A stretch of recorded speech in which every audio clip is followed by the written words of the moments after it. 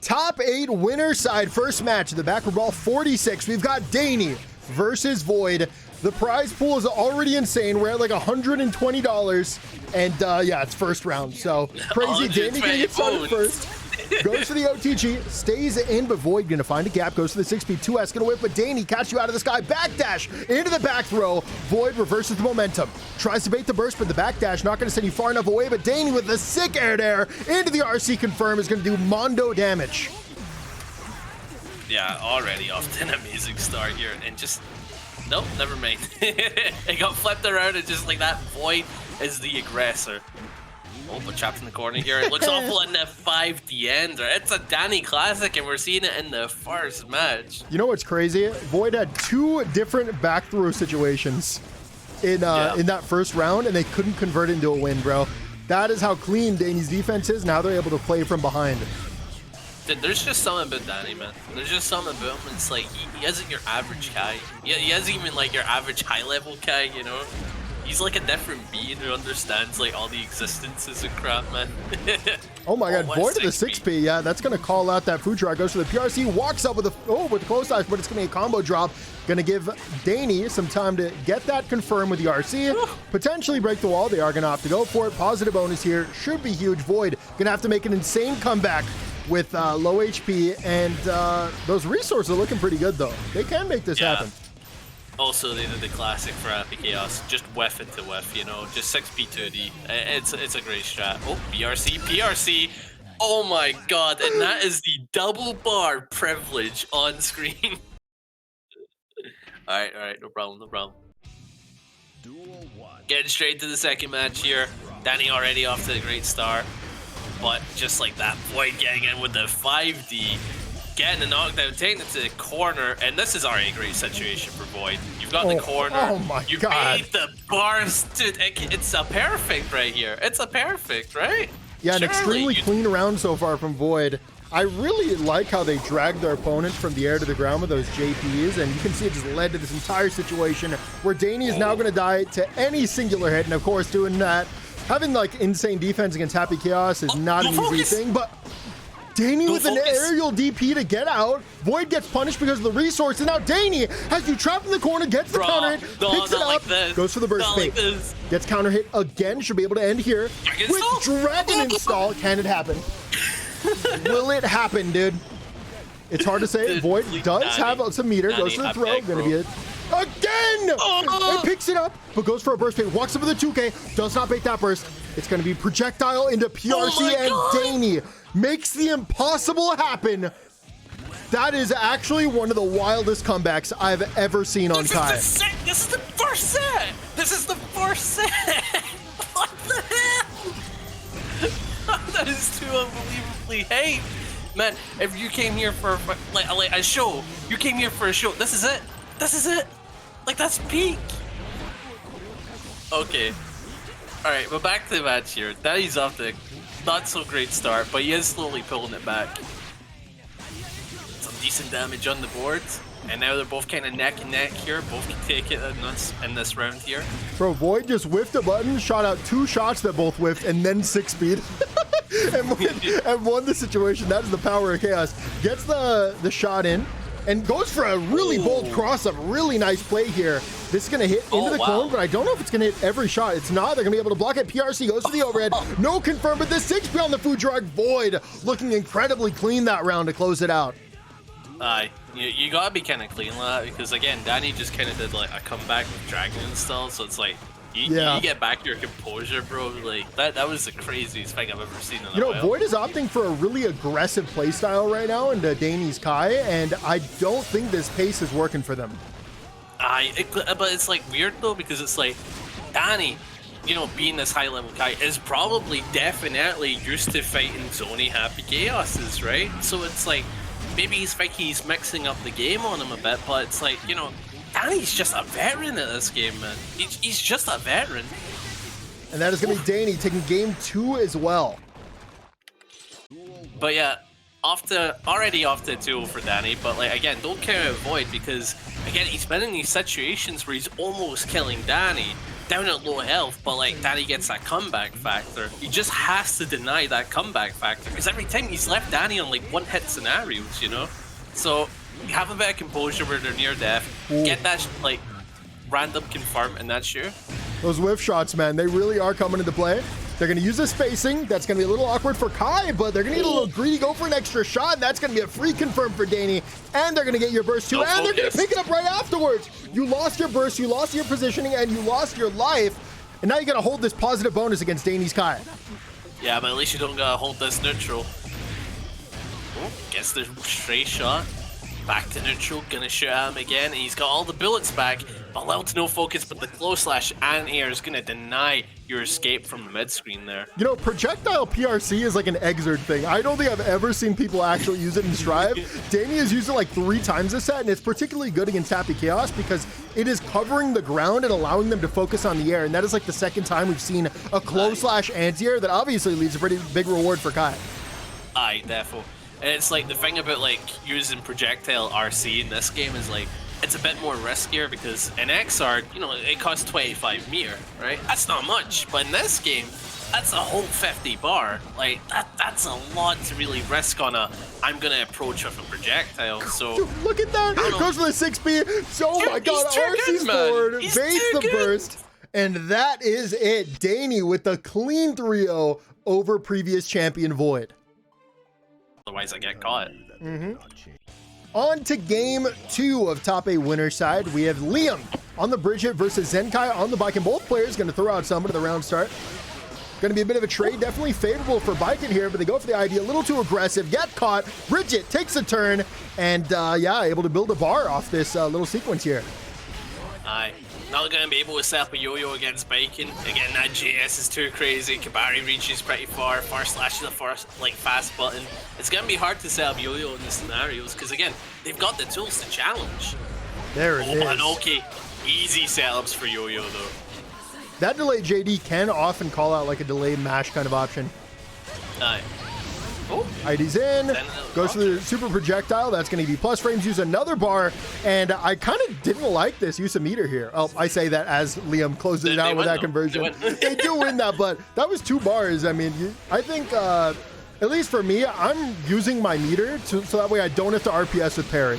Like that's how I like using meter against Baiken. Oh, a really, really bad burst there for Zenkai. Gonna be a 6P. PRC to extend it, throws out the yo-yo, and should be able to hold this spacing, but Zenkai gets the hit and baits the throw, but didn't bait that burst. Liam back to neutral. To go back to one of your previous points, if you're playing as a character like Bridget, how do you OS parry? Wait, no, we'll talk about it in the next round because I think Liam takes it here. That was the fuzzy, and yeah, gonna punish that JH on the ground. See that number? Liam will be taking game 1 with that throw punish. I still do it. Oh, you. But yeah, getting into this like match here, the question I want to bring up because I wanted to bring up in the last match, but not enough time. How would you OS parry as Bridget versus Baiken? Like, what's the game plan? What would you do?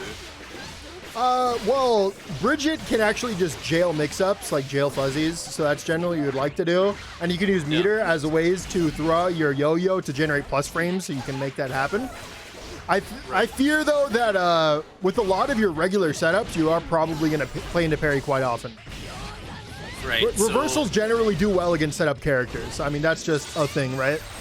That is the nature of it, you know, having access to a DP, a parry. You're able to deny things like, you know, like minion setups. Like, that's a very common one. You know what character doesn't have to worry about reversals, though? Baiken. Yeah, kinda. Like, they're the only characters, like, immune to safe jumps, you know? Yep. Oh, big 2H. That's gonna catch you for backdashing. But yeah, it seems difficult for Liam to fight into. Even though like Liam's doing fairly well from what we're seeing, it's like there's just something about like Baiken's offense that seems very difficult to challenges with Bridget. I think the thing about Baiken pressure is that the layer 1 is just above average in terms of strength, like just the layer 1. So adding the layers on top of it, it becomes incredibly difficult to deal with a good Baiken. And as shown by game 2, Zenkai ties it up 1-1. Anyway, on to the third match here. We're gonna get started with a little bit of patience from Liam. But Zenkai refuses to be patient, and already gets started with some decent damage. Send out a Kibari. Not a Kibari. What's it called again? Yeah, Tatami. That's it. Yep. 2H gonna whip. Really nice whip punish there here from Liam. They get him to the 2K2D with that OTG RC. Set this up. Oh my god, what a conversion. That's what I'm talking about. These setups, man, they can just be hard countered by parry. And in this case, when Liam commits a bar for a setup, like, you know they're gonna do it meaty, right? So going for parry there is obviously really, really strong there for Baiken. You're denying the setup, the Oki, and you made them waste their meter pretty much. And look how much damage Baiken got from that as well. I mean, it was a hard losing game until that parry kind of reversed the whole situation. And what a combo there from Zenkai to close out the round. Also, how much meter was Baiken on before that parry? Because it's like, she had no meter before that. A lot of meter, and it gave them the damage afterwards. What was it, like 60% off of a parry with one bar? That's crazy. Not bad, not bad. Oh, backdashes, avoids that gold burst, builds a bar, able to go for that frame trap because of it. Kabari, gonna keep you plus, and so that's a Tommy Matt when it's spaced correctly. Runs up, goes for the throw, you gotta hold the 4-way. It was cross up double low. What great defense there from Liam, who goes for the 6P. Sets this up. Oh my god, I thought they had Baiken combos for a second. Like the Baiken Escabari combos, but unfortunately, Zenkai gonna pick it up and put Bridget down. Takes the lead 2-1 in the set. The series is 2-1. We're on game 4. Zenkai gets started early. That's going to be a burst from Liam. They jump in. Going to be a whiff. Aggressive burst here. Liam trapped in the corner. JD going to whiff, though. They're going to be able to get the punish. Stays plus 2K2D. Yeah, I really like that play there from Liam. Tried to avoid that parry, and what they did was just empty land to the ground and then re-roll. And that can be very difficult for Baiken to deal with. But now Zenkai probably going to know that you're going to be baiting these kinds of options. So Zenkai in the future, I expect to start mashing with like 5P. And Baiken has an incredible 5P when it comes to their bar. It's a 4-framer. Yeah, 4-framer. Like, it being 4 frames, like, not only is that crazy, it means that you can call out things that, like, aren't normally made to be called out. So, I don't know how much it helps in the Bridget matchup, mind you. Because, again, I'm not a Bridget player, right? I don't know. I think Bridget has a lot of ways to hard call-out parry, but obviously they're kind of putting themselves in danger by doing so. Yeah, it's a gamble. And that's the character Baiken. They're going to force you to gamble, and they're going to play gambling the entire game. You have to be ready going into this matchup for that to happen. Liam gets the hit, not able to confirm. Has to give that PRC, and Zenkai takes a turn. This is an opportunity for a comeback, but you always forgot. But Bridget does in fact have a DP, and they're able to use it to secure game 4 and force a game 5. So volatile beating them. On to game 5. Escabari going to keep you plus. And so with its Tommy Matt. Same thing as last time. Like, you can see Zenkai is using the Escabari to set up favorable spacings for their frame traps and to continuously create plus frames. Well, that's a great back throw for Zenkai, especially after the rope. And you just bursted on a yellow RC, so this is going to be good. Liam won't have meter for quite a while. Ooh, getting rushed in, gets knocked down.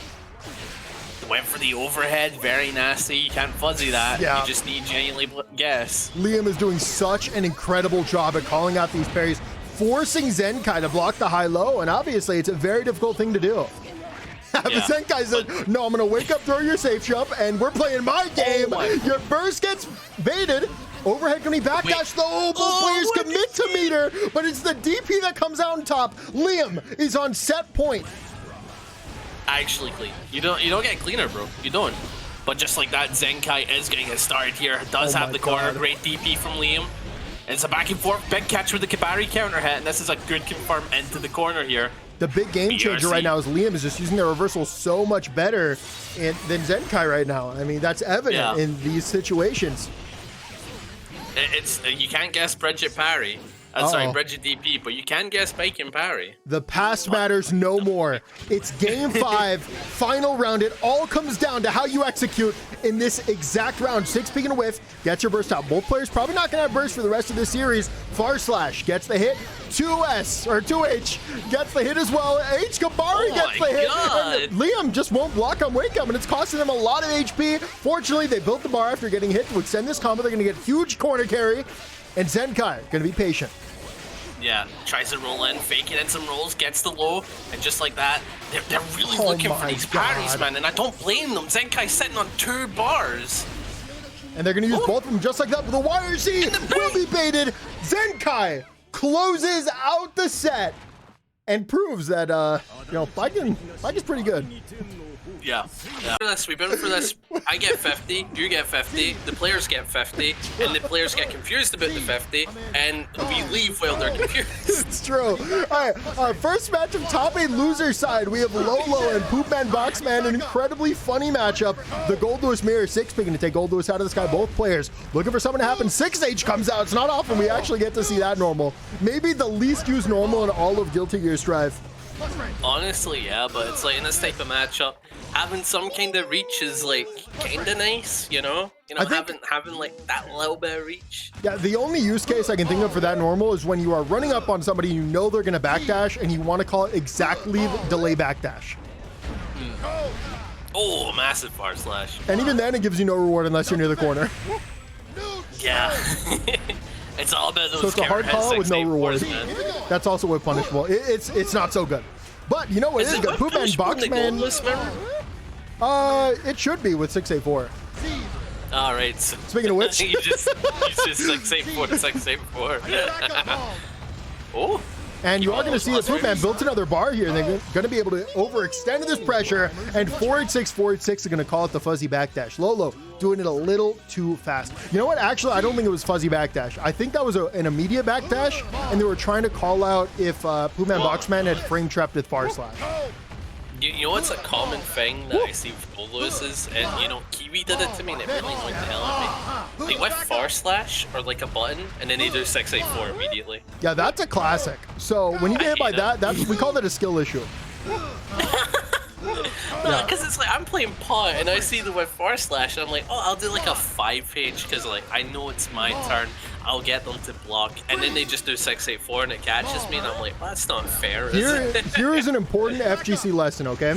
Just because somebody whiffs does not mean that it is your turn, because by the time you react to somebody whiffing, they're already inputting their next move to catch you trying to catch them.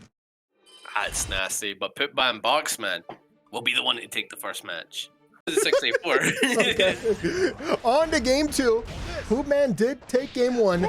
And Lolo is definitely trying to respond. They're playing some neutral, throwing out some big behemoth. 684 with a punish. Follows up with a drone. 684 gets the hit, but not close enough to pick up. Should be able to JD here with the plus frames. That's exactly what PoopMan does, but they do a super jump. That's going to mess up with the timing just a little bit. Lolo confirms off the JD. PRC to extend backdashed on the 486. Man, this matchup is so much fun to watch. It's just constant action, dude. They're just pressing stuff, man. Oh my god! Bro, they frame perfectly both inputted level 3 gun and then 684, man. That's so funny. Have you ever seen that before? Only at round start. What the? Oh my god! I've never seen that clash before. That actually shocked me. I was actually shocked. So PoopMan in the corner there. No, you can't clash cancel projectile clash. But PoopMan Boxman threw in some really clever delays in their offense there, trying to call out Lolo's passive defense, and it absolutely worked out. I'm really liking what PoopMan Boxman is doing in this Goldlewis Mirror. Right, so he's oh my god, he died. Lolo's patterns is what you're saying. Look at that damage. Lolo with a really nice conversion. I love the rooting on that, man. Both players are really doing Goldlewis justice right now, showing off what the character can do. Run up throw into 2P OTG just for funsies. Gets a 684 knockdown. Dashes forward, goes for another throw. Should be able to throw a drone any second now. They go for a backdash. But Lolo identifies the passive play, goes for a cross up. And yeah, I mean, it's anybody's game at this point, but after that goal burst, it's looking good for Lolo. Yeah, he's sitting on the 2 bars. He's just going to use it to stay in. Oh, nice little conversion off the counter hit 2P. Staying in. Oh, BRC. Yeah, I did not like that play there from Lolo. And I'll tell you why in just a second. I'll open the next game with it, but really nice play there. PoopMan Boxman goes up 2-0 in the set. I want to talk about the last interaction, which I don't remember. Oh my god. I forgot. I'm sorry. I'm small brain. Either way, we're going to see a 6H. Runs up with a 5K, 486. Into the dash throw. Yeah. Drone going to call it that backdash. Oh, you want and to... 268 also going to call it out. Really nice. I think I remember you want to know how Lolo, like, misplayed with meter at the end? Like, against, PoopMan Boxman, like he used super to kill. Oh, I remember. Okay, so yeah, Lolo did close slash BRC. After that string, you can jail into 2 behemoths, and Lolo opted to just down back, which isn't going to call it anything. Because you can already jail them, right? And they're not going to be wire seeable, so like you're not calling it anything. Jail. Yeah, it's jailed 2 behemoths. Yeah, that was the issue there. Yeah, thanks for reminding me about that. This pressure looking clean. Drone comes out, but JD is right over it. Finds a way out of the corner because of a 2K. 2D. FD'd. Oh my god, the 6H. Wow, that if that was level 3 drone, 100% they die and more. It does so much damage on that conversion. Oh my god, it's just one more tap in there as the far slash is going to get Lolo his first win. Yeah, for sure, especially the what I can tell you right now is that both players are playing the matchup phenomenally and the character phenomenally. Oh, yeah, they are. I mean, you can learn so much just by watching this kind of game where both players are showing different styles of Goldlewis offense. Besides that, don't take that note. That was terrible. PoopMan Boxman going for an aerial 4-2-6 mix-up. That is, not gonna lie. that's quirky is what I'll tell you. Notice that situation. Yeah, that is an OTG into a meaty 268 that'll cover backdash, it'll cover mash. It covers everything and keeps you plus. Yeah, it's really strong in the corner. OTG into a dash cancel 268. If they super, obviously get washed. I mean, that's life. Okay. So you lose to reversal. Yeah. You lose to reversal, you beat every other option in the entire game. And that's a pretty good deal. That's a sweet deal. That is a sweet deal, not gonna lie. But this is looking a little rough here for Lolo, because again, if he loses this round here, that's it, you know? You know, something to recognize. You don't have a loser's bracket.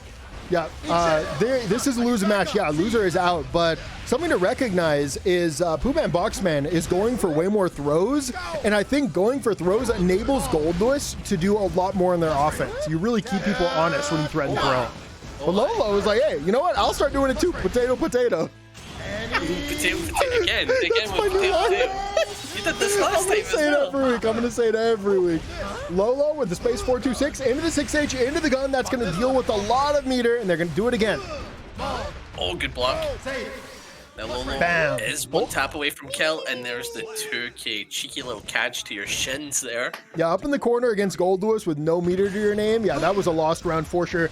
I think PoopMan Boxman wants to end it here, whereas Lolo is like, yeah, I'm gonna win this, and I'm gonna win the next one as well. This is a bit of a Lakers Warriors situation. You know what I mean? Lakers gotta close in 6, or they're getting reverse swept. I don't know about basketball. You just said a bunch of names, bro. 4 people in the audience know what I'm talking about. That's all that matters. Yeah.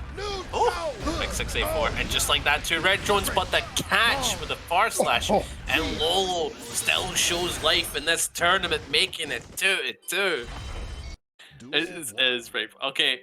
Game 5 of the Goldlewis Mare. Lolo and PoopMan Boxman made the best Goldlewis game to win. Far slash gets the hit, but an issue with far slash is that if you hit him in the air, it's going to send them really far away. So in those situations, you definitely want to be using 2S. That's like the way to go about it. Try to far slash the JD, but far slash obviously pretty good. Drone's going to come into a clash situation, but Lolo comes out on top. BRC's in. That's 1 gel behemoth. That's 2. Wasn't expecting the double overhead. Drone comes out. 268 stays plus. Really nice spacing. Gets there with the 426. And man, Lolo is looking real good. PoopMan Boxman letting the game slip through his fingers. You know, they had that 2-0 lead, and it's not like they're getting washed, but yeah, Lolo just really taking advantage of their turns. They're getting so much value out of their offense. Yeah, again, I think it's a matter of, like, as you're saying, Lolo just kind of varied it up, you know? He's changed the patterns up, and he's playing a little bit more cleaner and tighter. So it's definitely helping them as the set goes on. But PoopMan Boxman, if he gets hit one time here, and it's an unfortunate, he could die.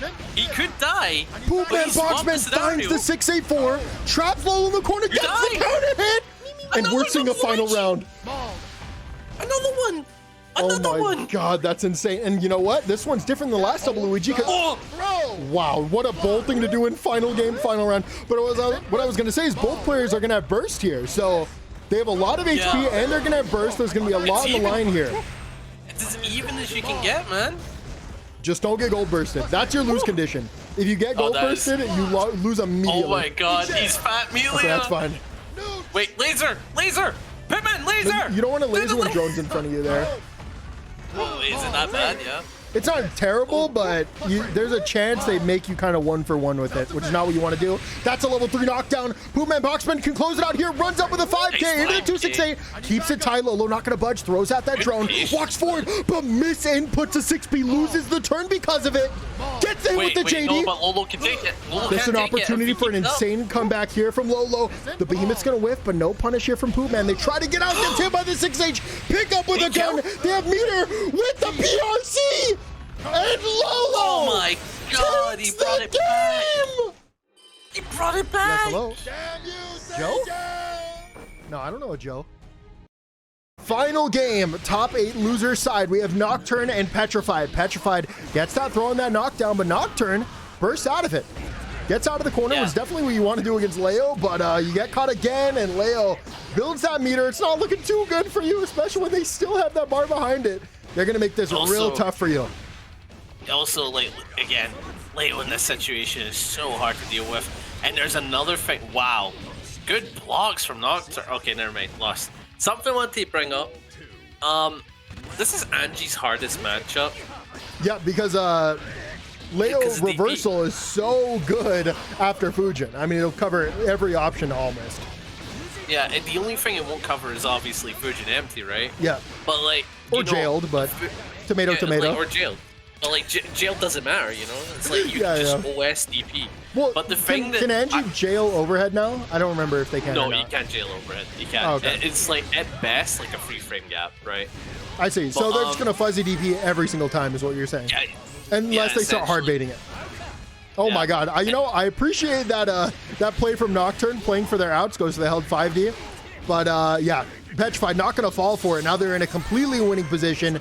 You're going to be, yeah, there's the projectile. So strong after a BRC, and Petrified will be taking game 1. Right, but yeah, to get into the second match here, something I want to bring up, right, is like, he can DP everything, right? And the only thing, like, you will beat is, like, Fujin empty. Oh my God, see what I mean? See what I mean? Just DPs everything. Yeah, like, that was pretty clean. The only thing you will lose to is Fujin empty, but, like, when your options are a 1 in 5 guess, it looks pretty favorable for Leo, and that's like without even fuzzies, right? That's just guessing, right? If I guess DP 4 out of 5 times, I'll probably be right. And you know, another advantage that Leo has is that their DP like moves them forward quite a bit, so you can't really outspace it as an option either, as you would be able to do against like Chip, right? Yeah, exactly. But one thing that might help Anji... Bro, that's just rough. That's just absolutely painful. Oh, but it's gonna be a drop. Petrified re-engages with the S and closes out the round. Aye, but one thing to bring up, one thing that could help Anji is doing the Fujin fake into follow-up, because again, they're getting ready to block a Fujin. Yeah, they'll mess with their timing at least. Yeah, exactly. Yep, and that's exactly what Petrified is looking for there. They thought it was going to be an immediate cancel. Nocturne hard baits it, gets the punish, but Petrified had that burst in the back, so you always have to remember that when DP characters have burst, they pretty much get a get out of jail free card, or RC as well. Right. It's just a free guess. Because it's like you just do DP, oh I got hit, okay let's see if he tries to bait burst, oh he is, alright I'll just wait, you know? It's like, okay he's at a part where you can't bait burst, you know? It's as simple as that, but just like that, Petrified takes the second match very brutally. You know, all defense is not built equally in Guilty Gear Strive and back Megafist. Anyways though, on to game 3. Petrified gets hit early, gives up that burst, and that's good that the burst is gone, because Nocturne now is a turn, and Petrified is going to have to hold this. Staggers these lows, but Petrified just holds it and eventually takes a turn the good old-fashioned way, and man, this just adds on to the layers. Like, Petrified is so clearly willing to go for DP, and very often do so, but also they're also willing to sit there and block. Also, do you notice how, like, baiting Nocturne's, like offense has to be like after setting up Barfly Oki, which is a really good Oki situation in the game, right? You had to go for 2P. You couldn't do like Fujin into an option because you know it's DPable. You couldn't go close slash into like any strong offense. No, I think from Butterfly they should be able to jail into an overhead. I think that would make sense. As long as you time it, you have to time like your Fujin, then the Butterfly hits, and then your overhead hits. I don't think it does. I genuinely don't think it does, because I think he can just DP out. Okay, well, maybe I'm wrong. I'm theory crafting here, okay? You know, you're going to need a Theory Craft to win this matchup, that's for sure. Nocturne gets hit, is Petrafied on set point, baits the Gold Burst, 2K out of range. He's dead. You're going to need to play perfectly to win this round. Dead.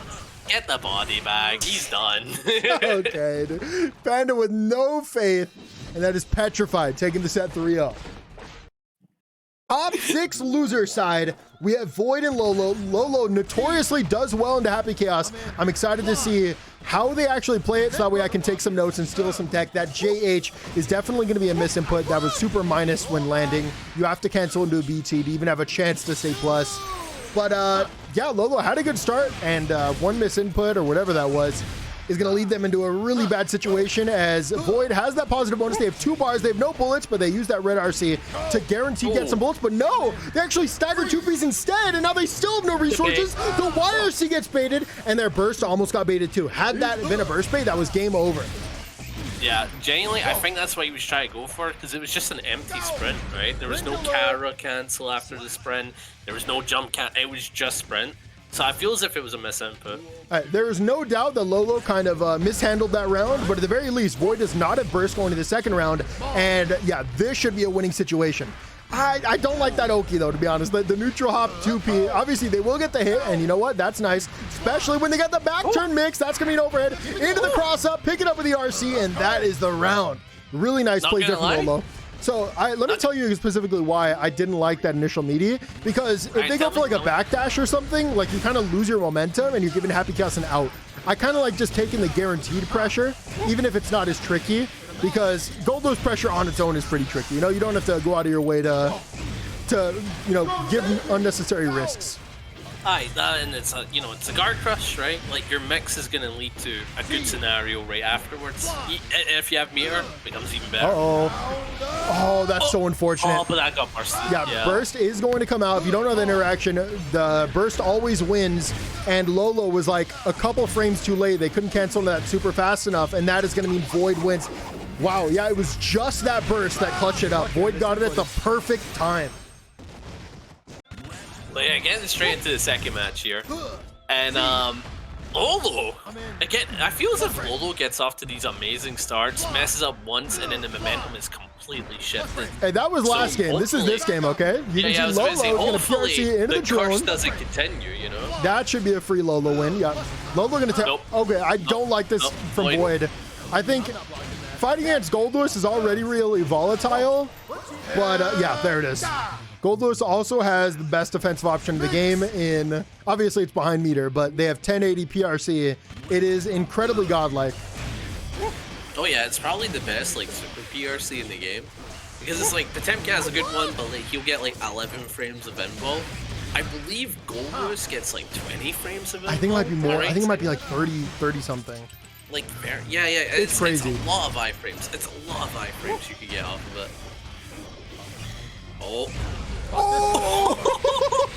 And then remember what I was telling you earlier, like 6H mostly uses like a anti-backdash option. Well, when someone wants to hold a spacing like that and play really passive, it can be pretty good in that too. But once again, you're only getting reward if you have that level 3 behind you for the gun confirm.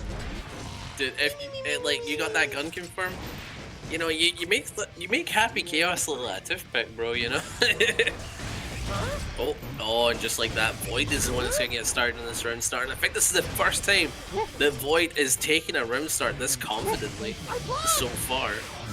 Yep, right now Void is using a lot of resources though in their offense, and if Lolo can keep up the defense for like a couple strings, then Void will kind of be left out hanging if they don't have meter.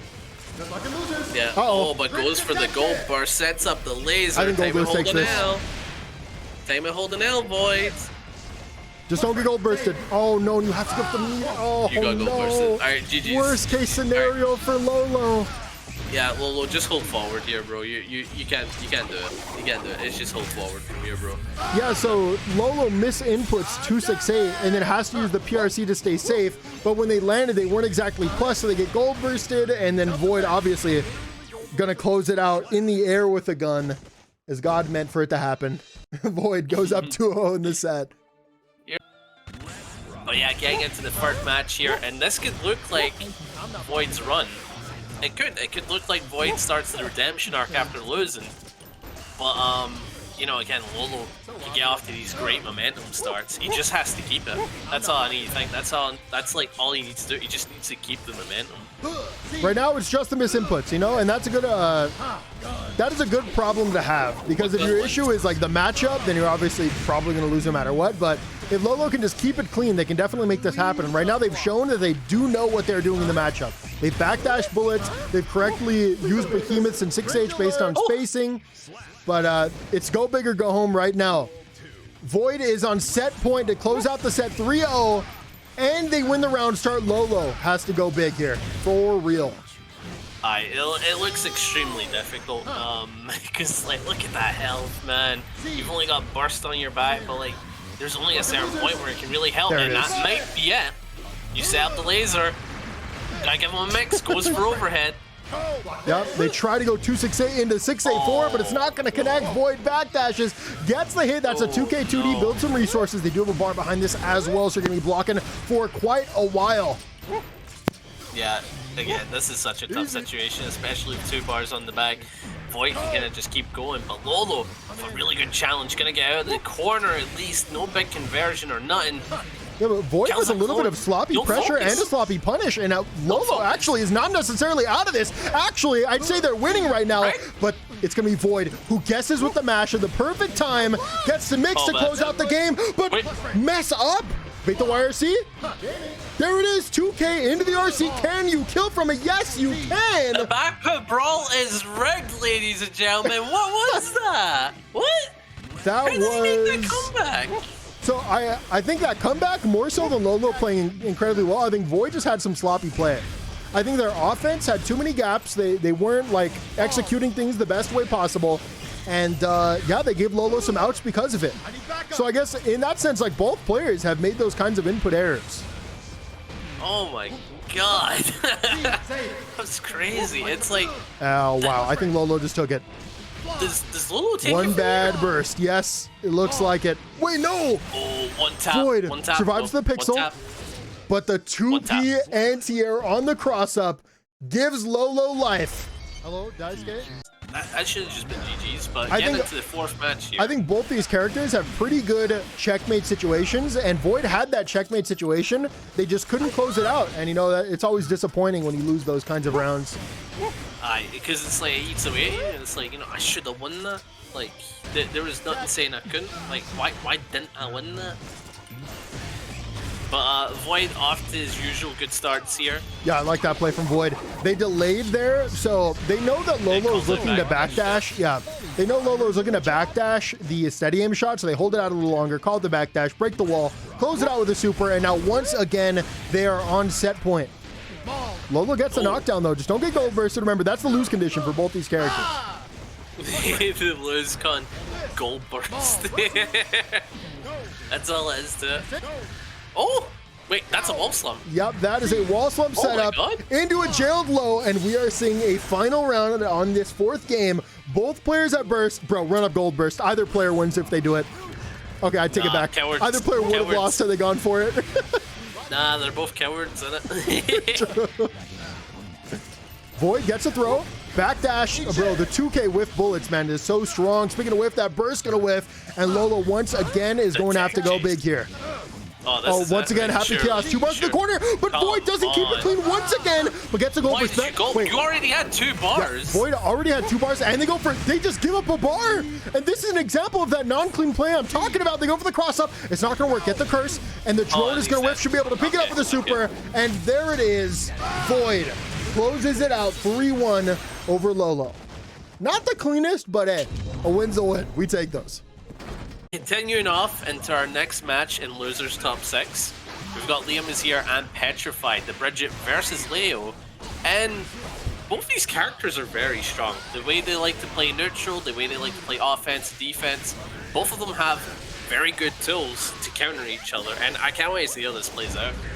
Yeah, I think both players are going to have a lot of momentum too. Petrafied coming off a really clean Dario. I mean, they played incredibly strong, and Liam had a really close set in winner's side, so... I think both players are going to look good here. I just want to see who plays the best. Bridget, I think, does pretty well into DPs as long as you don't get called out like that. Yeah, because again, you can stop earlier with the scooch. You can stop earlier. Oh my God. Oh, and he's got a bar, so even if it... Never mind. Even if it don't kill, he could have killed. But yeah, as I was saying, it's like, with Bridget, you do have skirt, you do have like the stop to the roll, the roll and stuff like that. So it's like, you do have really good ways to call out DPs. Oh my god. And some immaculate safe jumps. Petrified recognized that land right there was not plus, and so they go for the back throw, get a big chunk of damage, now get that positive bonus, block the super, and I imagine Petrified's taking this round, especially after that 6P, get the burst out. You gotta make them block one thing and you have 2 bars, so. Oh, they RC too early, and Liam gets a DP because of it, but Petrified gets a little aggressive, picks it up with the RC, should be able to extend this to the corner and close out the round, and that's exactly what they do. Petrified goes up 1-0. 69. Your head. Anyways, I'm just saying out of on the game seconds, we've seen it 3 times. That, I mean, we got a lot more games though than those 3, right? But anyways, Liam takes a turn, throws at our yo-yo, but Petrified takes a turn himself. That yo-yo should be on its way back. Nope, gets it back. Cross up Roger. Petrified IBs that. Sets up the pressure, goes for the cross up. Gets caught by the overhead. Oh my god. Massive counter, and that's a wall slump. But gonna break the wall. I think he wanted that whiff so he could set up stance, but that's unfortunate. And I have a question for that Roger super. Do you think Leo can do his super and go through it? I have no idea. What I do know is Liam definitely messed up that 2H confirm, and that's definitely going to cost them. All right. Yo, Petrified, if you're listening, bro, can you try super for the Roger? I want to see that. I want to see if that's a thing. Just go for it, dude. Yeah, just go for it. See if it works, you know? You might learn something. You might do it every round start from now on, you know? Oh my god. Oh, DP from Petrified, but made safe with the RC. Catches with the counter hit forward slash. Not going to get the burst, though, but this is a tough situation for liamishere because to make the comeback, you need to fight Leo defense, and Leo defense is kind of nutty. Yeah, Petrified continuing to show a dominating Leo performance. On to game 3, Petrified can close it out here, but Liam gets a good start, should be able to pick this up as well, but no, they're gonna go for an empty low, gets caught by the DP, and Petrified just picking the best times over and over to go for these H fireballs. Yeah, honestly. Not the best time for that DP though. Yeah, you know, sometimes you gotta play a little Maniac, you know? That way people are like, oh, I can't predict what this guy does. That way you can just pick the easiest options for those moments, you know? Oh my god, I didn't notice this. If you think about it, like, if Liam wants to play mind games with roll, in neutral or in pressure, whatever, like, H fireball is always gonna win because it holds that exact spacing that you'd be rolling into. Like, no matter what timing you pick. Obviously, unless you meaty them, but... It's also fast. Like, it's surprisingly fast for a fireball. Especially since it has like priority over other fireballs, right? So yeah, because having access to that second hit, it just makes it a very, very strong fireball. Like as we're seeing, it's going through Bridget yo-yo. Yeah, Liam looked very good that round though, and I want to see if they can keep that up. They go for the run-up throw. Petrified's defense looking as solid as ever. Go for the tech, avoid that JH. Goes for the run-up throw. Should be able to set up a fuzzy here. Are you ready for it though? Oh, nice 2K. Just like that, Liam's getting started. Did you see that? Yeah, I did. And baited. Nasty, man. Goes for the held 5D confirmed, but Petrified recognizes it, immediately goes for the burst. Jails directly into the lows, has the RC again. Wasn't expecting over, drops it, backs off, avoids the throw, keeps some jailed overheads again, goes for the Roger, but Petrified was looking for it. That was the only time Liam had used it throughout the entire tournament run, and Petrified was looking for it. You can't debaby this man. And Liam takes game 3. Seems to be the case that Leo Fireball is denying yo-yos from coming back in neutral. It's so good. Like, the thing is like the only way that like Bridget can set up a yo-yo is if she throws it at full screen, right? If she throws it like anywhere past full screen, the fireball hits her every time. Oh my god. But I mean, like, even if like she's out of the range of the fireball, if the yo-yo comes in contact with Leo's projectile, it looks like the yo-yo's never coming back. Well, it's like if it's clashing with the projectile, then that means it's the yo-yo that goes out. You know, it's not the set play yo-yo. See, because like in the set play yo-yo, you just saw it right there. Oh, I see what you mean. I see what you mean. Oh, okay, that makes sense. That makes sense. So it's like set play yo-yo. Yeah, that's a decent play into the projectile, but like the other one, not so much. No. Yeah, then you have to use the one that's not active on the way there, and then you probably give Leo gaps to like move forward if you use that one too much. Yeah. So Yeah. okay. You do. Yeah, that makes sense. So there's a different mind game that I thought was being played, but a mind game nonetheless. Liam picks it up with a close slash, but Petrafied goes for the burst. Both players have bar, 2H can whiff. Petrafied gets in, gets there with the DP, confirms with the RC, should be able to take the round, especially with that meter from behind. But they're going to opt to not give Liam burst. I don't. No, he doesn't have meter. Yeah. You're my like bad, the bro. guy. Yeah, small brain, small brain, small brain. Nah, it's alright, bro. It's alright. We all got that small brain in us. We all got that caveman. Woo. Okay, goes for the super, and again, another good situation for Liam here, but that's a Leo weight fine with 2 bars. This is wake up super every you know time. He's letting that dog out. Every time, dude. Oh my god. And with that mind game, Petrafied forces a final round and set point. 2H gonna be blocked. Liam No. able to get pressure going once again. They're doing so good in their pressure sequences and in neutral right now. But yeah, obviously this is a do or die round for them. Oh my god, keep on that pressure. Oh, goes for the double overhead, but good block from Petrified. But that's a max risk counter hit. That's a max risk counter hit. That could have been nasty. Yeah, but it was a dropped combo. Something I want to bring it to attention to is that a Petrified to defend against yo-yo throw up close, they're actually dash OSing there and they're IBing it. If it was a like if it's an active yo-yo, then it's IB, and if it's not active, they get to punish the empty throw. Yeah. So really nice. He's got quite the setup going for him. Yeah, their defense, once again, is insane in the matchup. That's Mage Projectile. That's plus. Go for the run-up throw.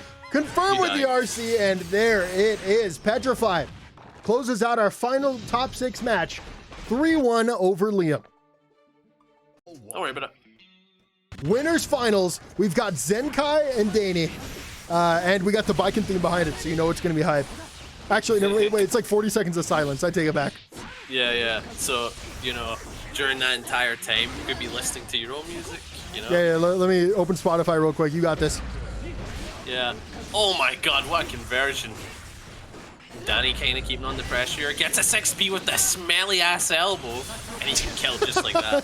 That's what it is, man. Like, the amount of chins that must have had, that elbow's smelly, bro. All right, Dany finished that in perfect timing for me to put the iCarly theme on, so.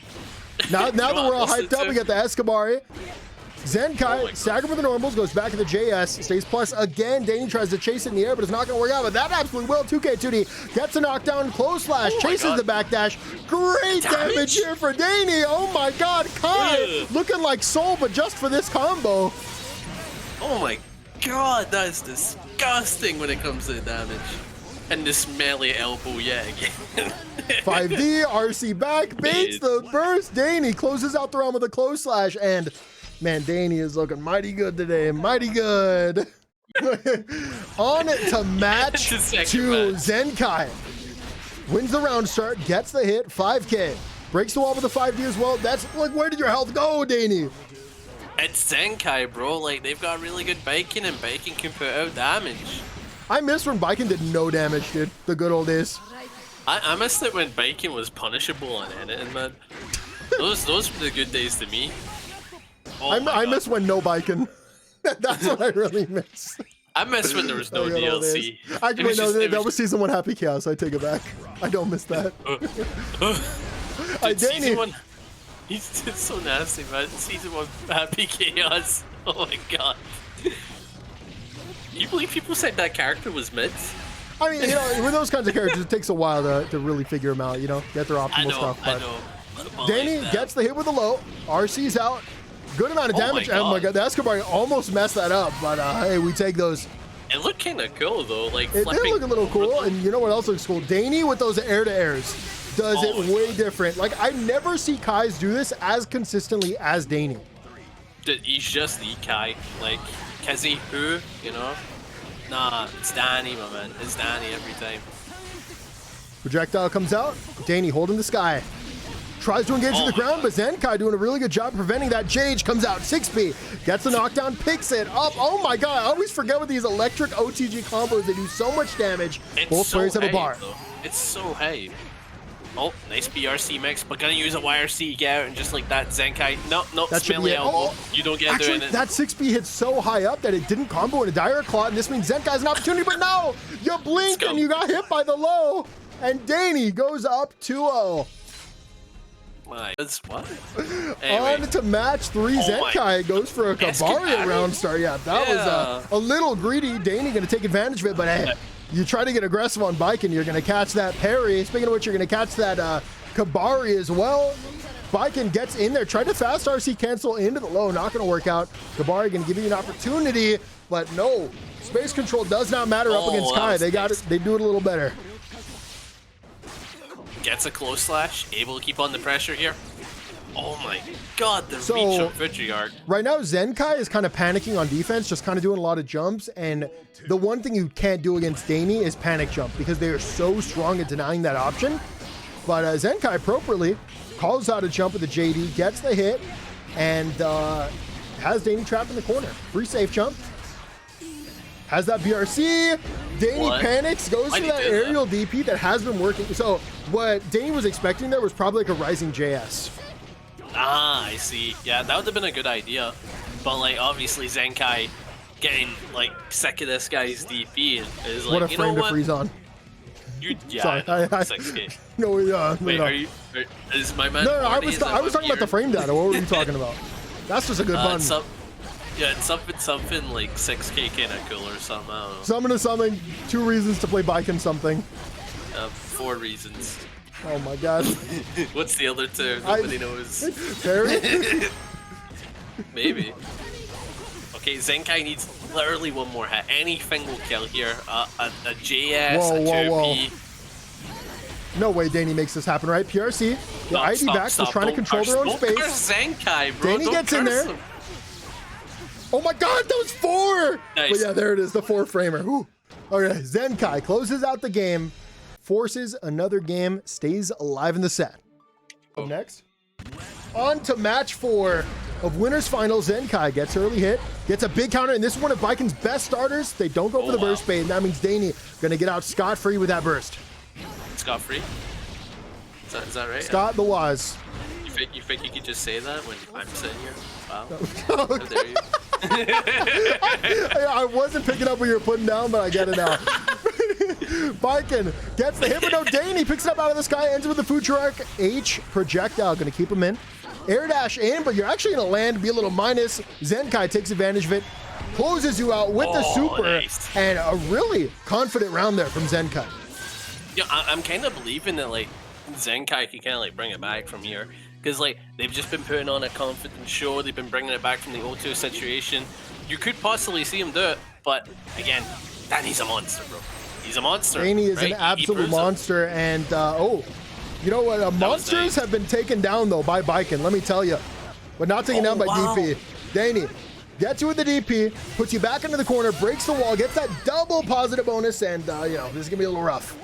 Runs up with the aerial throw, close slash, anti-air, and Dany is on set point once again. Reminder that the prize pool is at like $140, so this is a huge game to win prize-wise.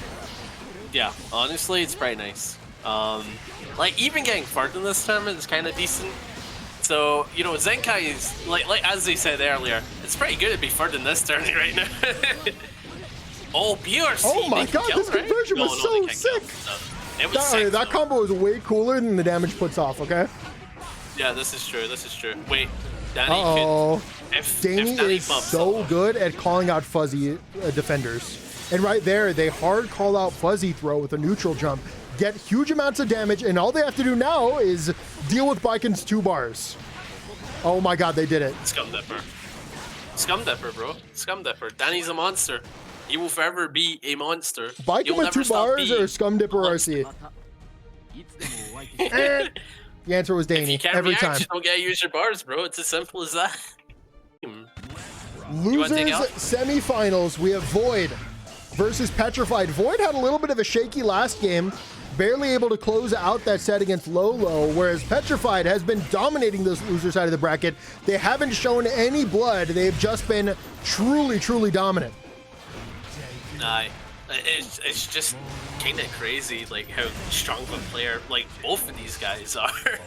Oh no, but Void gonna mismanage those resources. Now trapped in the corner against Petrafied, who has a bar. 2K gonna whiff, and I think Void desperately wants to get like a 2K 2D knockdown to get those resources back and kind of make amends for the resource management mistake they made, but I don't think Petrafied's gonna let them get away with that. They're just gonna go for that super. This is gonna give them guaranteed, yeah. Oh my god. You pretty much just force them to, like, the only thing they can do to get away from that is like super jump, right? Round start, which obviously is a scary option to like BRC forward. The idea is essentially lock them down, put them in the corner, so they can't even think about resources. They have to think about their life. Great cross up there from Void. They're going to go for the empty throw, extend with the RC. Not the most amount of damage, but hey, it's decent chunk, and obviously Happy Chaos does a lot with that positive bonus. Messes up the timing, going to get DP'd out of it. 2K 2D, nice little pickup, should end with a super here. And unless Leo is a chunky boy, I believe this will close it out. But Leo, in fact, is a chunky boy. And Void's still in a great position to close it out, and there it is. Yeah, and that's just like that. The first match is going to a round 3 situation, so you know we gotta believe. Oh, keeping on that lockdown. Nice 2S gets the cross up. What were they thinking? What were they thinking when they let Leo do that? What were they thinking? They didn't have enough time to react backpack. They weren't thinking. No, you misunderstand me. What was Daisuke thinking when they put that in the patch notes? Oh, right. What was Daisuke thinking? You know what he was thinking? They literally brought Leo into this game because everyone loved him. So they were like, we love this guy. He deserves it. That's what they were thinking. Big 2D counter, runs up with the RC forward, but they put themselves in the corner. Scapegoat is going to deny them the throw. Backdash into the projectile. 2D denies the throw. You died. Oh my god. Leo 2D is the absolute MVP as Petrafied takes game 1 in this set. On to game 2. Void gonna win that round start. Petrafied gives up the burst early, but a little bit of a greedy option. You got to expect that Leos are going to take that space after a burst. I mean, they are a really fast moving character, so a little bit of a greedy option there for Void, who's now going to take a ton of damage. Still has that bar though, and a wake up throw is going to put them in a really good position. Petrafied messes up that Oki, or maybe was confident about some other defensive option, but puts Void back in the game off of it. Yeah, dude. Leo is a very fun character. Literally has the speed and strength of a gorilla. Oh my god. And the IQ. And the IQ. And the hair. He's, you know what? He's just a gorilla. They just gave a gorilla blades. That's all they did. They just gave a gorilla a really fire theme, and they were like, yeah, this is it. A hellfire theme. True. Close slash, catch the backdash. Nice pickup here from Petrafied. Are they going to opt to break the wall? Yes, they will.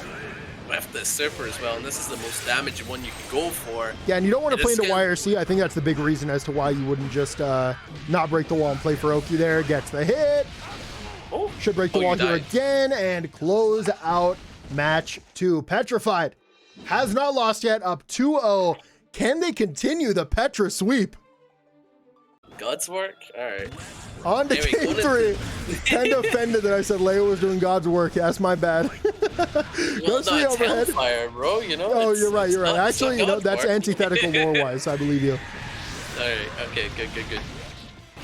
Ooh, massive super. And it's going to lead to some decent damage and some Oki. And Leo has some really nasty pressure after a wall break with super. Now, Void going for a lot of backdashes right now, and Petrafied is doing a really good job of calling those out. Takes this round super clean. Happy Chaos will not have burst going to this next game, so this is incredibly good here. A great position for Petrafied to be in to close out this set. Waits for the cross-up, goes for the burst, goes aggressive with that 2D, takes that space, reverse anti-airs there on the landing. What are you going to do, Void? This is your opportunity for pressure. You have to do it here. They mess up with the resources again, and Petrafied confirms off the counter at 2D. No? Void gets an out, though, with that wake-up throw. Yeah, and just like that, sets up the Carson. It's like, even if you don't get the wall break, you know, Carson is just as good thing, you know? You can't go wrong with that, unless you go wrong with that and get 2D. Nice overhead to call it the backdash, and we're back to Nurch. Void can still take it from here. If he sets up right, he can still take it. Oh, gets the corner. Petrafied will get open up there, but it's not going to be enough damage to kill.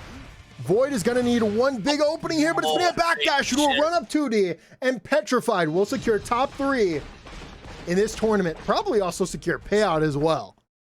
Okay. Losers finals. We have Petrafied in Zenkai, the Battle of the Gorillas. I think we saw this matchup last week. Remember there was a funny clip where they were like both just like throwing stuff out. I don't know if it was these two players, but it was Leo. Yeah, it was Leo Baiken. Like I remember, it's like we were just sitting there like, what happened? Like my brain actually felt like frazzled, like it didn't work. Oh, you die here.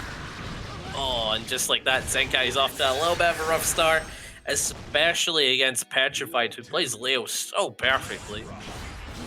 Far slash gonna be hyping in the air. Escobar keeps that plus frames. Nice little pickup here. Oh my god, man. The setups, the damage. Baiken has it all right now. Goes for the PRC into the air throw. Petrafied. Gonna stay wise, stay woke. Able to air throw that. Picks it up off the 5K. Stays plus the 8th projectile. And Zenkai gives up that burst. Oh, wow. Oh my god, what a super on the 2S. You don't get a poking nooch, I have a bar. Okay, not gonna die here, but again, this is still a very good situation. And they bait the burst. Zenkai goes for one parry, immediately gets called out, and Petrafied continues the crazy loser run and takes game 1 of Losers Finals. Anyway, going into the second match here, we decided to look up a bit more statistics on Petrafied's run. And it turns out he's been playing a very loser-sided run, like before top 8, and he was what was it, like 3-2 against Void? Yeah, they lost 2-3 to Void, and that was how they lost in winners. They lost fairly early, and yeah, they've been battling it through the loser side, showing off their insane Leo gameplay. But Zenkai is trying to show off that Baiken, gets the hit with a 2H. No confirm, unfortunately. Spacing not going to work out. Big aerial throw here from Petrafied, who also has that bar. Oh my god, uses the dive kick to change the momentum, avoid the H-Kabari, get that punish, convert with the RC, and close out the round. Leo just has so many options to like mix you up. It's actually very incredible. Like when it comes to JD as a tool, it's like he probably has like one of the like midest like delay airspace like buttons. But it's still good. It's still really good. Oh my god, Zenkai is going on a parry tear right now, but Petrafied says, hey, I got a reversal too. Goes for the wake up DP. Says, sit down, Zenkai. Gets it with a 2S, no confirm. IV into the throw. Wake up super. Oh, nice super. Parry? Wait, can he parry? Could not parry in time. So if you 2K early enough, you can absolutely parry a super or any kind of reversal. But yeah, unfortunately, Petrafied's going to mistime that, and they might end up regretting that because so far, pretty close set. Oh my god. And the bait? Now you really wish you had that last one, but goes for a DP and gets that hit, gets the counter hit as well, and Zenkai definitely, you're seeing both sides of gambling as Baiken, right? Like sometimes you double pair, you win a round. Other times you get counter at once, and now Leo's in a great position to close you out. Oh my god. Just like that, Petrafied is up 2-0 in this set, and it's a very confident one, may I add. That's what you just said. That's exactly what I said. Zenkai with the Escabari. Notice how they didn't use a normal there after the Escabari? That's because they were very wary of Leo DP, which is something you definitely should be wary of. Because there's like no real way to like jail after Escabari unless you spend meter. Yeah, I mean, why would you though? Use your plus frames and either bait or don't bait. Yeah. It's a rough situation against a DP character. It feels like a guess at all times. All right, there's still plus frames, okay, buddy? I mean, yeah, there's still plus frames, but like, you know, the DP character, they're like what plus frames, you know? Like that's how they feel. Like they don't need to worry about that. Oh wow, good stuff. And just like that, Petrafied is on set point. One more and he takes it. Yep, and they're gonna win round start as well. Will Zenkai go for the YOLO parry? No, they're gonna go for the YOLO throw, set up the 4-way as well. Same side low. Nice pickup, sets up a cross-up situation. Petrafied gets hit, but the confirm will not work because of the spacing. DP comes out, denies the frame trap. Okay, Petrafied does sit on a bar. We could just see a DP anytime now, and there it is. Just like that, he has the corner, goes for the throw. He's in the stance now, and he just has to bait burst, but it's a gold burst. Oh, nice. I don't know what happens here. No, you get caught. Oh, can he kill? Should be able to. Yeah, there it is. And you know, one lesson of the set, it is much harder to use parry than it is to use a DP. Especially a flash kick DP. It is. Because it's like, you know, you do ignore safe jumps, right? Yeah, but it's still difficult, bro. I'm But saying, like, it's still in actual difficult. ease It of still use, is. it's much easier to use a DP, whereas parry obviously is more application. I mean, that's the difference between them. Yeah, and that, and if you DPRC, it's like, you know, you can still get caught. Oh my god. Whereas, like, Zenkai with the DPRC absolute gorilla play goes for the run up, wake up throw, goes for another throw there, gonna be tagged. Yeah, and again, Zenkai's on low health, anything can kill now, and when you're positive bonus, it's not that hard to kill. And the Oh, stagger. turkey. Petrified takes it 3-0, and something I want to bring notice to is Petrified is so good at recognizing the risk reward there in the defensive option. Like when Zenkai had a turn on Petrified, Zenkai would have had to play into DPRC, which is why you know that they are going to like stagger to nothing. And so Petrified opts to, instead of doing the DPRC and giving up the meter, they just challenge directly out of it and save that meter. I mean, it's just a really, really good play there from Petrified, who now is advancing to grand finals to fight Dany. You take it away, big man. You're the guy. Grand finals. We have Dany and Petrified. This is going to be an insane set. The question is, can Petrified, like, I think this could be an evenly close game, right, in one set, but Petrified has to come from loser's side. And you know, that is such a difficult task against such a solid player like Dany, who goes out of their way to call out your habits. So you really have to have a multi-layered game to do this kind of comeback against Dany. Yeah, and Dany is also, like, I don't know if it's Dany or Dany. I'm gonna say Dany. Like, but the thing is like, he capitalizes mistakes so hard. So if you choose like one neutral mistake where you can still block, it's Dany's turn. You know, he'll look for that. He won't miss a beat. And he's so good. There it like is. he has no form of tournament nerves. It is all composure. You know.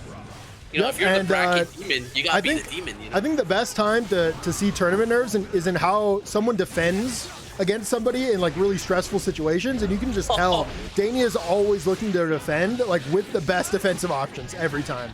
Like they know every time. Huge damage there for Dany. They jump in, they're going to get 5P by Petrafied, a perfect time to get aggressive, but Dany is 2 bars, and they really do like to use DP or reversal, which is exactly what's going to happen there, but it's going to be blocked from Petrafied. Dany uses both bars to stay safe, but gets anti-aired anyways. Petrafied showing a crazy round. This could be a great comeback. Oh, a DP. For the DP, puts Dany right back into the game. Yeah, just like that, Dany. It's playing a somewhat neutral game, going back and forth with these projectiles and normals. Try to keep the pressure on, try to back off, try and look for that stray hit. But just like that, Petrafied's in. He's got the corner. You know, it feels like just 15 seconds ago, Dany wasted 2 bars, and you can see that Dany has 2 bars back. They're able to use both to bait the burst, and there it is. Dany will be taking game 1. Remember earlier we were talking about burst always beat super? Well, not when you have a second bar to, like, you know, PRC away the super. Great when you have a option second there bar, from it's Dany. a different game, bro. It's like I said earlier, it's the 2-bar privilege. True. Alright, hopping straight into the second match here, and Dany is the one that's going to get initiated. Oh, blocking the projectile, trying to play into the neutral, gets a straight projectile, and just like that, burst is off the table, and now Petrafied has to worry on defense a little bit, especially against Dany, who's good at calling out these DPs. Like, he uses 5k as a meaty to play a... Well, what the... Did you see that? Yeah, that was, you know, a bit of a shimmy. Bit of one. That ain't no shimmy, bro. That's a shimmy if I've ever seen one. Man front flipped, hit the griddy in front of you to avoid your throw. Like, what the hell? You know, moves like that, like, as long as you're running forward as you do them, like, it almost looks like a dash. So you very often can shimmy those kind of moves. The other day, I got hit by a Giovanna that kept doing dash 236K, and it looked like a dash every time. I kept trying to fuzzy throw. I got rolled every single time, and that's the exact kind of strategy that Dany just used there. Who is going to do? Oh my god, that is 50%. Who says Kai does no damage, dude? I don't know, some fella with a 4 in his name. No, as long as you keep your opponent in electric shock, like, your risk reward becomes insane. And that's why Dany is always doing those aerial fireballs, whereas other Kais are kind of always playing in the ground. Yeah, I don't know what it is, but like, this is such a unique style that no one's trying to emulate. Oh, you just died. Emulate this, buddy. Yeah, emulate this, right? You didn't die. Oh, I take it back. That's sick. That's so sick. Okay. That is so sick. Dany will be taking game 2 off an insane super PRC confirm. When I saw the aerial normal whiff, I was like, oh man, you dropped the combo. That's unfortunate. They picked it up OTG style and yeah, clean. Grand finals. Dany and Petrafied. This is tournament point here for Dany, who's going to start it off with a throw. Oh, gets him with the 2K, and just like that, Petrafied is going to get on the offense, gets the throw, and it's been a while since Petrafied's had this confident offense into Dany, because so far Dany's been dominating the neutral. Oh, good backdashes, gets the throw. Yeah, right now, Dany is going out of the way to call it DPs. That's why they're going for a lot of these take throws. Obviously, Petrafied could have threatened a super, but more than likely, Leos are going to go for DPRC. It's just a much safer option to go for. Oh yeah, it's so super safe. It's like, it's so safe that like on wake up, the only way to call it out is to throw the DP. Yeah, backdash. Well, yeah, you can also throw the DP. PRC to stay safe from the Scum Dipper. Backs off, and you can see Petrafied went for the mash there, which was an appropriate option. Unfortunately, though, Dany backed off, re-engaged, and punished it. Yeah, don't get DP'd here. Corner just like that. Oh my god. It's a one-touch scenario, and there it is, the 2K. And Petrafied showing some life in the set. Yeah, really nice defense there from Petrafied. Goes for the throw and then runs up, tags on the ground. It's really nice play. Oh, keeping the guard stance up. Gets caught by the counter hit JH, and just like that, Dany has an amazing situation, but catches the backdash with that long-reaching DP. An amazing strength about Leo. Run up 6B, picks it up with the food truck, throws out the H projectile. You got to sit there and hold that. And Dany predicts the super, goes for an aerial backdash, has the RC to extend, and leaves Petrafied in the corner. Yeah, and Petrafied needs to fight out, but gets caught with the 2S. Nice little confirm from Dany. All right, Dany, close out the turn with Dragon Install. That's all I ask. Do it. So I can put it in the title. Man, Dragon Install's a win? Nah, Dany's how Dragon Install won a tournament. Like, you know, last week, I just remembered, last week I asked them to do Dragon Install if you can. Oh, he did, yeah. Yeah, forgot about that. All right, Petrafied runs up, continues the pressure, continuing to cancel and go for throws. Was that 4 times in a row? That's elite. Elite offense, if I've ever seen it. But it's not going to kill. Wait, Dragon Install might actually happen here. Well, that's if Dany gets it. Oh my god. No. Gets the hit, puts you back into the corner, but does not bait that burst. Oh my god. The smelly elbow. The smelly elbow is doing too much right now. That's a counter, no pickup. Runs up, backdashes, avoids the 5P, stays in, gives up a ton of space for hits, goes for the Stun Dipper, picks it up. Can you kill off this combo? Yes, you can! What the hell? What the hell? All right, Dany has gotten too many 1 pixel comebacks. How is it possible? He's the GOAT. He's the GOAT. It's as simple as that. Dany is the back-to-back baccpaBrawl champion.